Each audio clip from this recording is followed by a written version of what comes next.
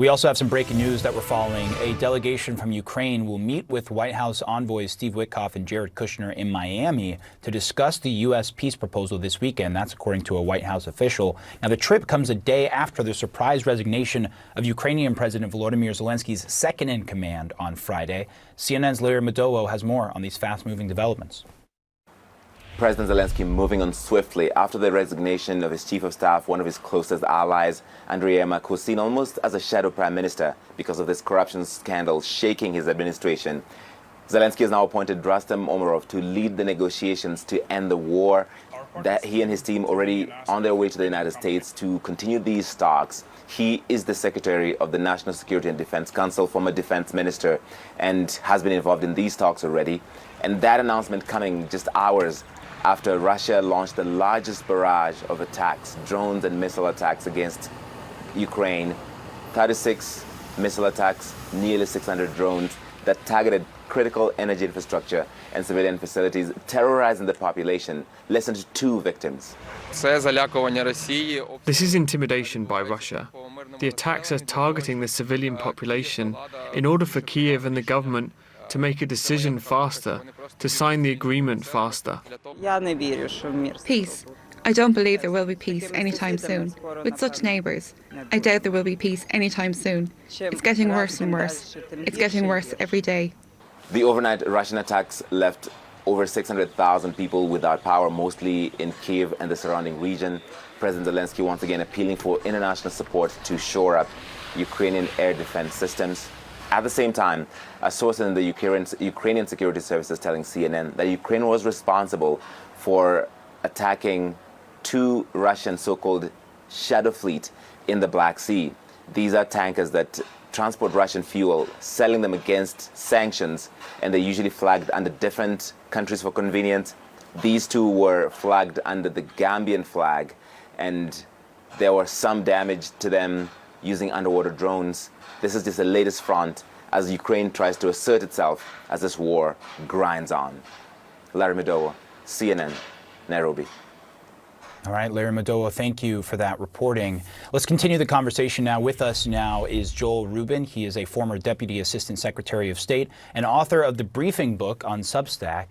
Now, with Ukraine already appearing to be on board with a version of this proposal earlier in the week, I mean, what do you expect Witkoff and Kushner will actually, one, either focus on during this meeting, but accomplish with this meeting? Yeah, Omar, it's great to be with you. And diplomacy for the United States is all about getting a deal done that both sides respect and that's sustainable and that our European allies are supportive of as well. And so my hope is that in these talks, we're going to see Ukraine believe and Zelensky believe that he has achieved goals and his goals and gains at the negotiating table that he can live with. My fear is that he's going to get strong-armed, that what we've seen over the past week or so has been a Russia-first diplomacy and a diplomatic initiative to push the argument that Russia wants, which is to take territory from the east and to have that, and pushing that into Ukraine as a piece that they must accept. And so I hope that that isn't what happens, and I hope that Ukraine does get at the table where they believe they can live with. Well, you know, amid all of this, we've been talking about Zelensky's top advisor resigning as this corruption investigation deepens in the country.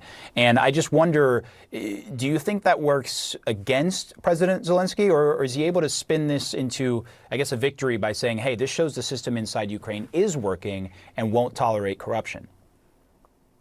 Yeah, I mean, it's clearly bad news when your top lieutenant is essentially corrupt and needs to be tossed to the side. That is not a good sign. So there's really no good way to spin it except to say what you just described. But I do think there's enough of a bench in Ukraine to replace him. President Zelensky is the president. He is the decider ultimately. And there is a cleanup that clearly the Ukrainian people will benefit from. But certainly this is not a good look for the president. But Ukraine, we have to be very clear, is a democracy, and it does not suffer from the kind of autocratic corruption that Vladimir Putin has over his country in Russia. You know, you were just talking about this fear that the Witkoff-Kushner meeting doesn't turn into, you know, sort of strong-arming Zelensky. And, you know, we heard this leaked audio recording this week of White House Special Envoy Steve Witkoff advising his Russian counterpart on how to deal with President Trump. Look, President Trump has defended that, saying, hey, look, this is just diplomacy at work. This is just how you get to a negotiation. But we also heard Trump frame this peace proposal as a potential breakthrough. I just wonder what you make of that whole dynamic. Yeah, Omar, it makes sense to try to sell a diplomatic offer. The problem is that the target for sale is the wrong target. Steve Witkoff should not be advising Russia on how to convince Donald Trump to support their deal. He should be trying to convince Russia to support our deal and our arrangement. And so that's where the diplomacy, clearly, the president's right in all these negotiations back and forth. It's inverse. And that's what makes people nervous, is that it's a Russian-driven diplomatic process and ridden negotiation. That's where we get concerned. That's why I think you saw the heavy pushback from Europe, from Capitol Hill, from the Ukrainians as well. Hopefully they're straightening it out right now. But again, that gives one a lot of concern from a diplomatic perspective. And overnight, Russia launched a wave of new missiles and drones across Ukraine, killing at least 3 people. Ukraine's capital city of Kyiv was under air raid alert for more than 10 hours. That's according to CNN reporters on scene there. Ukraine's foreign minister said the strikes hit civilian homes as well as the country's energy grid. And Poland said they had to scramble military jets and air defense systems in response to the attack as a, quote, preventative nature. Back with me now is CNN Global Affairs analyst Kim Dozier. Thank you for staying with us. These strikes, they're coming after Hungarian Prime Minister Viktor Orban met with Vladimir Putin in Moscow on Friday to shore up Hungary's energy supplies and also to discuss the efforts to end the war in Ukraine. What do you make of this timing? Well, what we have is basically Putin shoring up his allies. There's also a move by Belarus to buy up some of the sanctioned properties so that it takes some of the sanctions pressure off of Moscow. And you have the White House signaling that it's no longer pushing Putin for an immediate ceasefire. Instead, it's pushing Ukraine to accept parts of a peace deal that are rather unacceptable, that even include things like not prosecuting Russian troops for war crimes. Now, it remains unknown if the Ukrainians will cop to this, will accept this. But Europeans are feeling powerless, and it seems like Putin is feeling empowered. Right. Some of that pressure has definitely eased off of Putin, now focused on Ukraine. And Putin expects a U.S. delegation in Moscow next week. He says he's ready for, quote, serious peace talks. But then he also said this. Listen to this.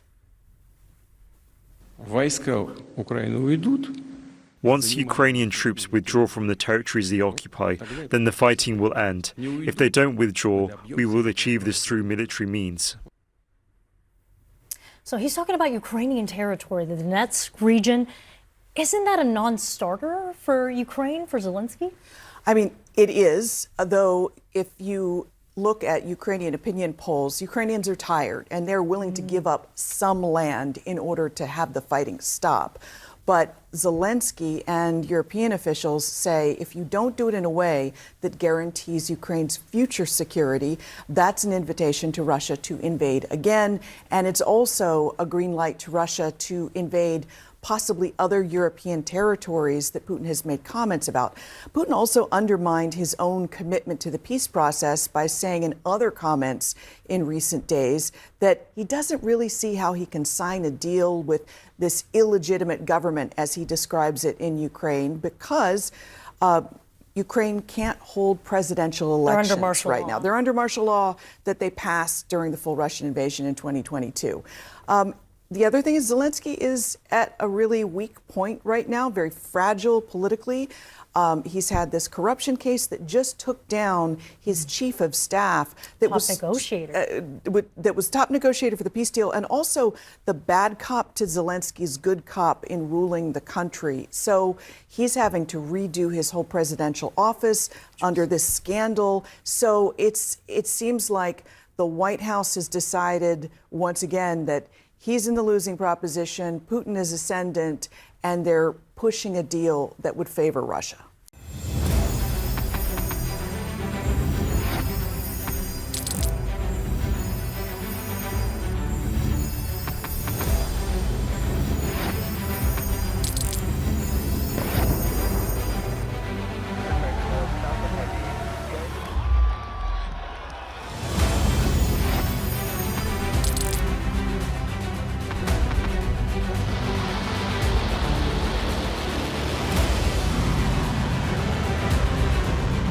fighting so long and so hard that they don't know what the they're doing.